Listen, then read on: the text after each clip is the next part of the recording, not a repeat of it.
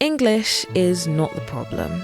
The problem is you. People like to overcomplicate English literature, but getting the grade is incredibly simple when you know how. There are only two possible mistakes that you can make in an English literature or even an English language test. Number one, a problem in the way that you've written something. Maybe you made a spelling mistake. Maybe your language isn't formal enough. Maybe you're using super long run-on sentences that could have been summarized in a few well-chosen, concise words. Number two, a content mistake. Maybe you didn't bring up enough historical information. Maybe you didn't have enough quotes to back up what you were saying. Maybe you were only doing surface level analysis when the examiner wants you to dig deeper. While number one was all about how you express your ideas, number two is about the actual ideas themselves. If you can get those two things perfect, what you're writing and the way that you're writing it, I can guarantee you that you will get 100% in that essay. Whether you're analyzing fiction, non-fiction, a book, a play, a poem, an article, all of these things work. So let's start with number one, the way that you've written something. I am going to give you two different sentences from two different English lit essays. I want you to tell me which one is better and why. Example 1. The given passage seems to highlight how Lady Macbeth is secretly trying to manipulate Macbeth's perception of himself through the act of trying to make him think that he is less masculine than he actually is. And then example 2. This quote appears to display Lady Macbeth's covert manipulation of Macbeth's self-image through emasculation. Now pause the video and comment which one you think would have scored higher. I'm waiting. If you guessed example 2, you are correct. You want to know why? Because it says more by saying less. The given passage becomes this quote. Secretly trying to manipulate becomes covert manipulation. And the very wordy, the act of trying to make him think that he's less masculine than he actually is literally summarized into one word: emasculation. Here's what most people get wrong about English as a subject in school. The examiners don't want to see you waffle just to hit a word count.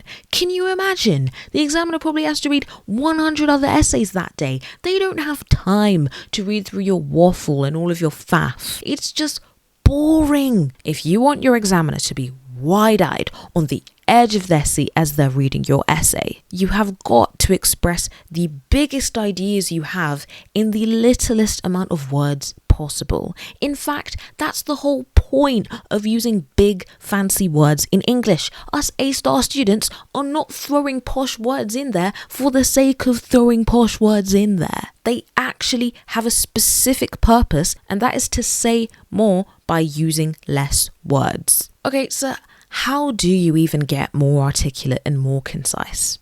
Okay, I have a game for you. As you're going about your day and as you're going about your life, every now and again, I want you to try and express whatever thoughts, opinions, emotions you have in the least amount of words possible. Someone asks you about this artist that you don't really like, don't say, everyone likes this artist too much and their music isn't even that good.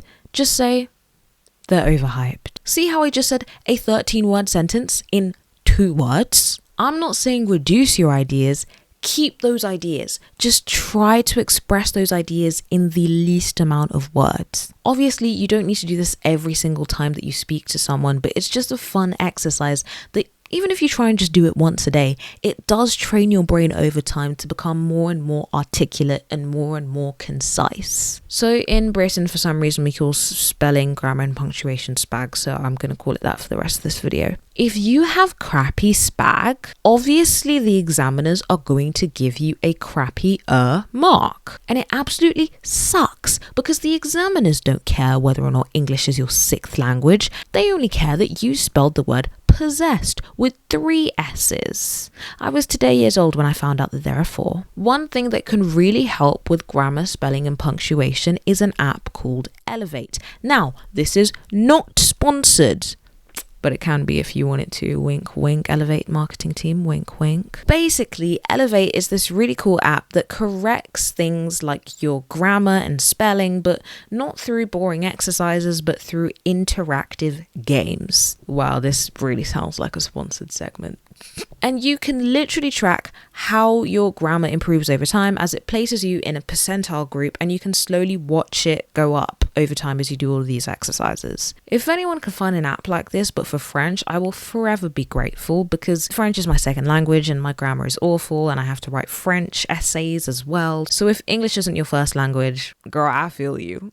I do. Now we're going to talk about essay structure. Now this one is a bit hazy because it's going to be completely different depending on what country you're from, even if it's the same country, what exam board is it, the exam specification of the exam board specific course, the year group that you're in.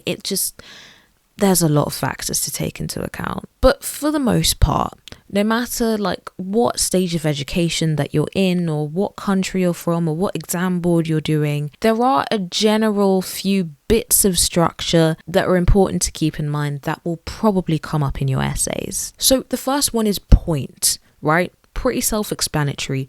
You explain what your point is. If we go back to Macbeth, if you're writing a Macbeth essay, it could literally be as simple as Lady Macbeth is manipulative, full stop. That's your point. It's an opinion that you have, and the rest of the paragraph is going to try and focus in on trying to prove that opinion to be true. The second of these is evidence, right? Again, pretty self-explanatory. You're now bringing in an event in the play or the book. You're now bringing in quotes that this character has said, quotes that other people have said about this character. You're bringing in things that have actually happened in the poem, book, play, whatever that you're studying, and is like right there that you can take from it to help prove your point. The third is the explanation. So this is where you're proving why this evidence fits back into your point. This is usually like the most iffy, I'd say, like among students my age or a bit younger, where like you can say the point and you have a bit of evidence for it, but it can be really difficult to then be able to make a sentence and phrase it in a way that proves your point right to begin with. And then the funny thing is that some of these things link with each other. And like, for example, one thing that you could be using in that explanation/analysis is the next point, which is context. So context, again, pretty self-explanatory. It's anything to do with like the history of the book, the time period it was set in, information about the author of the book. It's like all of that background information that might not necessarily be written inside of the book directly, but may have influenced the choices that the author had made in the production of that book. Then the next little structure point we've got is theory. Now, theory in this case can mean so many different things. It's really funny. So like, for example, English literature A-level students have to memorize like these critics, these like well-respected people that have read the book and have given their thoughts on it. That could be an example of theory. In English language, we look at all of these like really big figures in the study of linguistics, and then we go, okay, Noam Chomsky said this about child language development, but Skinner said this. But then if you go like all the way to like GCSE, I'd say that like theory at that point was like language techniques. It was metaphors and similes and alliteration and like all of that stuff. Both context and theory are two extra bits that you can use to prove your analysis or your explanation right. And then finally, your link back to the question, which in some cases, if you don't need context and theory, it's done in the explanation and the analysis. But especially like, for example, for GCSE history, like we would literally get marks taken off if we didn't at the end of the paragraph be like, and that's why this proves my point that I said at the beginning of the paragraph. Obviously not in those words, but like we had to link it back to the beginning of the paragraph. So how do you know which one to use and which ones not to use. You need to check your mark schemes, love. You need to check them. So of course it's going to be different for every country, every exam board, yada yada yada, like exactly which ones you want to use. Check your assessment objectives, check the mark schemes, and also if they're not available online or you're having difficulty accessing them or whatever, just ask your teachers. They're here to help. But another really key thing that you want to know and you want to be smart about is the division of your marks. Hypothetical situation, let's just say that there are 5 marks for theory and there are 15 marks for context in this essay that you're writing, yeah? Why would I be going on and on and on and on and on and on about theory when there's only 5 marks? When I could be going on and on and on and on and on and on and on about context when there's 15. So I'm earning more marks by focusing on the bits of my essay that are worth more marks. I know it sounds self-explanatory. When you're in that flow and you're writing that essay or you're writing that plan, you're in this completely different state and you genuinely might just forget. Human error. And then also I feel like you might just want to be the best and you might just want to be like, yeah, I want to put all this context in because I studied so hard and I know it. But it's like, if it's not worth the most marks in your essay, then don't focus on it that much. Also, another good idea is to check past exemplar essays. Like if you can go online and be like A-star English lit essay on this play that we're doing, and then you look at it and then you're like, oh, actually here they're talking a bit about context. Oh, actually here they've linked it back to the question. Then you copy that structure that they've used. Also, check your mark schemes to see if spelling, grammar and punctuation even matters in the first place. Because in some essays that I've written in the past, I think they were only like marked out of 4 marks when the rest of it was like out of 20 or 30 or whatever. Like I was surprised to find out that in English language, like in most of our essays, we don't really get marked down if we spell a word wrong. If it's like appalling and the examiner can't even tell what word you've written, then like, okay, fair game. But if it's just like a regular, if I spelled possessed with 3 S's, as I have done my entire life, I would not have been marked down for that on an English language A-level essay. Just check your stuff. Now we're moving on to context theory and language techniques, which is of course part of the mini structure. So like with context, obviously we're talking about time period, city, country, age, historical events that were happening around that time. So the thing is with context, a lot of the times it's your teachers that are giving you like information about the author or whatever, and that's cool, that's amazing. If you have good teachers and they're giving you that contextual information that you need, sure, use those resources. But it's also important that you do some independent research too, especially if you're aiming for the top grades. It's just like, if your book was written in like, I don't know, 1845, you can literally Google events that happened in 1845 in the country that the author was in or whatever, and then like read in and see if it like tied into what the author was doing. It's actually like very easy now that we have the internet at our fingertips. And then obviously we've got our theorists. We've got our theorists and our critics, right? You want to memorize the important people and the important things that they've said. You don't have to go crazy and overboard with this and memorize like 20 different people unless your exam for some reason needs you to memorize like 20 different people. I don't know. You just need to memorize the most important people and what they've said, and especially try and choose ones that you can apply to a lot of different things. I'll expand on what I mean in a second. In terms of like language techniques, it's really funny because it really differs whether you're studying lit or lang, and then it also really differs depending on what year group you're in, what qualification you're going for. For example, in English language GCSE, we'd speak about metaphors, similes, spoke about that in lit as well. Cyclical structure, I don't know. God, if I gave an essay to my English language teacher and I'm there talking about similes, I'm there talking about metaphors, she would side eye me and be like, Tara, what is this behavior? Now we talk about things like epistemic modal verbs, and if you don't know what that is, oh, how you are blessed. If that's one thing you want to take away from this video, it's to check with your course and your teachers. But here you go. I'm about to give you the craziest shortcut that I have ever given in my life. Okay, maybe I'm overhyping it a bit, but this is a really good shortcut that I want to share, right?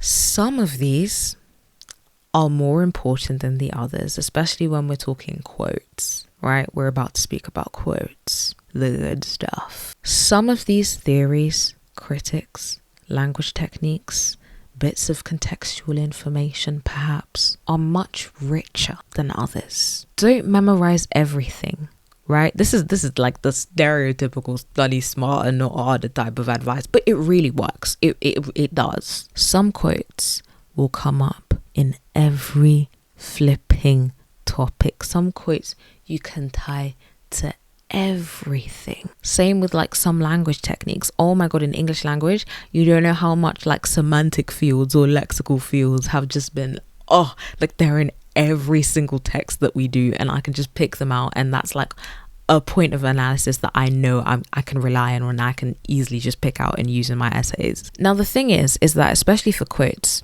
often the really common ones that everyone uses are also the ones that are rich, because everyone knows them, everyone uses them, they probably link to a lot of different topics. But if you dig deeper, you can still find some hidden gems. For example, my favorite quote in Macbeth, I'm sorry, I've just been referencing Macbeth this whole video.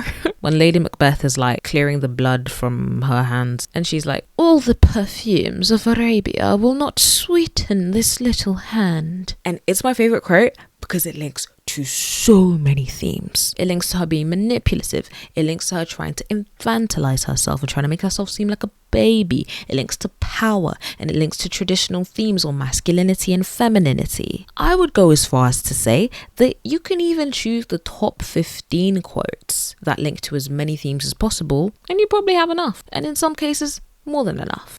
Another really important thing that we're going to speak about, this video is so long already, so I might just make like a second video on it or something. Let me know, comment down below if you want that part 2. But again, we want to speak about the content, right? So the quality of your ideas. Are they original? Are they perceptive? Are they insightful? I don't mean to just like throw around all these words, but it's like literally things that they've written on the mark schemes, at least for some of my exams. So, okay. Hear me out. If you have a text that you see before the exam, for example, like we studied Macbeth for months and months and months, and then we took the exam, right? If you have a scene text, you have no excuse. You have absolutely no excuse. And you know why you have no excuse for quality of the quality of your ideas that you're producing in this essay, right? It's because you have time to steal other people's ideas. Oh my gosh, guys, if you have a scene text, you seriously don't need to make up ideas on the spot. You can literally just memorize things that your teachers have told you, that like the other really smart students in your class have told you, that you've gotten from the internet. You can literally just steal those, memorize those, and use them in your exam. You've been studying this book or play or whatever for months and months and months. You do not need to come up with something revolutionary on the spot in the exam. And I'm tired of people telling me that they're trying to do this. You do not have to do this. Literally, all you need to do is memorize what you've already got, all the resources, all the information that you've already got. Obviously, you would have to do this for like every single theme and be like, oh, if I get a question about this and I could speak about this and blah. Again, it's actually just too much to speak about in this video. I'll just make a part 2 if you want. But if you have an unseen text, so like for example, GCSE English language or GCSE English Lit with the unseen poem. Okay, you have a bit of an excuse. I'll let you off just this one time because like you haven't seen this text before. It's literally you rock up to the exam, you see this text in front of you, you're supposed to come up with some new revolutionary idea about it, but you don't have that much of an excuse because you see, on the spot analysis is a skill, and on the spot analysis is just something you've got to develop over time. Literally, the best advice that I can give if you have an unseen text and you're feeling a bit shaky about it is you need to put yourself in those uncomfortable situations where you've just like pulled up a poem online and now you're making yourself just analyze it. Even if it's just 20 minutes, really pick the text apart. What are you seeing? Is it language techniques? What do you feel like the poem is trying to convey? What do you feel like the moral of the poem is? Like literally just scrutinize your brain, scrutinize all of the information that you possibly can out of whatever unseen text you have and practice practice inside and outside of an exam context for these unseen texts. I'm telling you, literally all you need to do is get comfortable with being uncomfortable, pull things apart from thin air, just on the spot. It's a difficult skill, but it's one that's really going to help you in that exam. And I can expand on this in a part 2 in the future. But even though you now know how to tackle the basics of these essays, you've still got to go through the process of learning the content, getting it in your head, applying all of that knowledge in your exam. And for that, we have this video here. And if part 2 of the English series is already out, then we also have that here. Thank you for coming along.